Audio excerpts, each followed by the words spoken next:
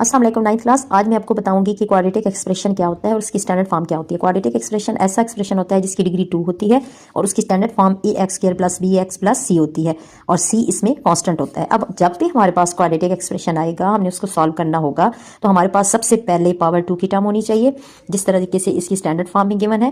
तो सबसे पहले तो हमने उस एक्सप्रेशन को अरेंज करना होता है। रीअरेंज इस तरह से करेंगे कि -3x² को हम डिग्री 2 वाली को पहले लिखेंगे, फिर उसके बाद पावर 1 वाली टर्म लिखेंगे और इसके बाद कांस्टेंट टर्म को हम लास्ट में ऐड करेंगे। ये हमारी रीअरेंज हो गई एक क्वाड्रेटिक एक्सप्रेशन। अब इस क्वाड्रेटिक एक्सप्रेशन को हमने बाद में सॉल्व इस तरीके से करना होता है कि सबसे पहली जो टर्म होती है उसके कोएफिशिएंट को लास्ट कांस्टेंट टर्म से मल्टीप्लाई करना होता है। जैसे इस एक्सप्रेशन में हमारे पास फर्स्ट का कोएफिशिएंट 3 है और लास्ट कांस्टेंट टर्म 6 है। जब हम इनको मल्टीप्लाई करेंगे तो हमारे पास 3 6 आर 18 आ जाएगा। उस 18 के हमने फैक्टर बनाने होते हैं। वो दो नंबर्स जिनको मल्टीप्लाई करने से 18 आए।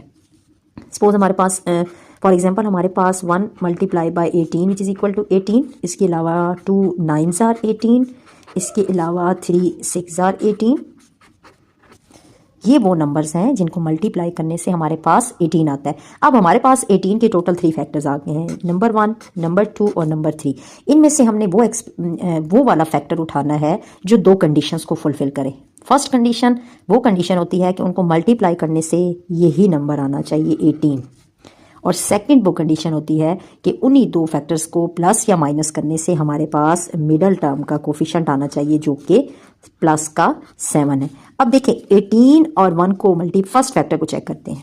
18 और 1 को मल्टीप्लाई करने से तो 18 आएगा, फर्स्ट कंडीशन फुलफिल हो गई। बट सेकंड कंडीशन हमारे पास क्या होगी कि इन दोनों को प्लस माइनस करने से किसी भी सूरत में हमारे पास प्लस का 7 नहीं आएगा, तो ये स्किप हो जाएगा।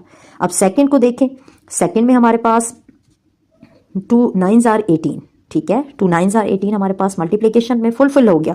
प्लस माइनस करने से हमारे पास 7 आ सकते हैं क्योंकि 9 में से 2 हमने माइनस किया तो 7 आ गया। अब 9 और 2 को साइन देने की बारी आती है कि साइन आपने इस तरह से देना है कि आपका प्लस का 7 आ जाए। देखिए +2 - 9 अगर आप साइन देंगे तो -7 देगा और -2 + 9 का साइन देंगे तो आपका +7 देगा।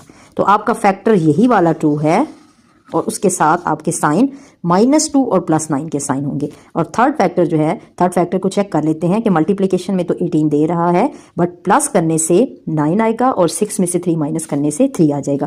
तो ये फैक्टर भी आपका स्किप हो गया। सेकंड फैक्टर हमारा ट्रू है और सेकंड फैक्टर को हमने 2 पार्ट्स में, इस 7 को हमने 2 पार्ट्स में डिस्ट्रीब्यूट किया है, -2 + 9। लास्ट में जाके हम अपने एक्सप्रेशन को इस तरीके से चेंज करेंगे कि ये -3x² + 6 last term as it is और मिडल टर्म को हमने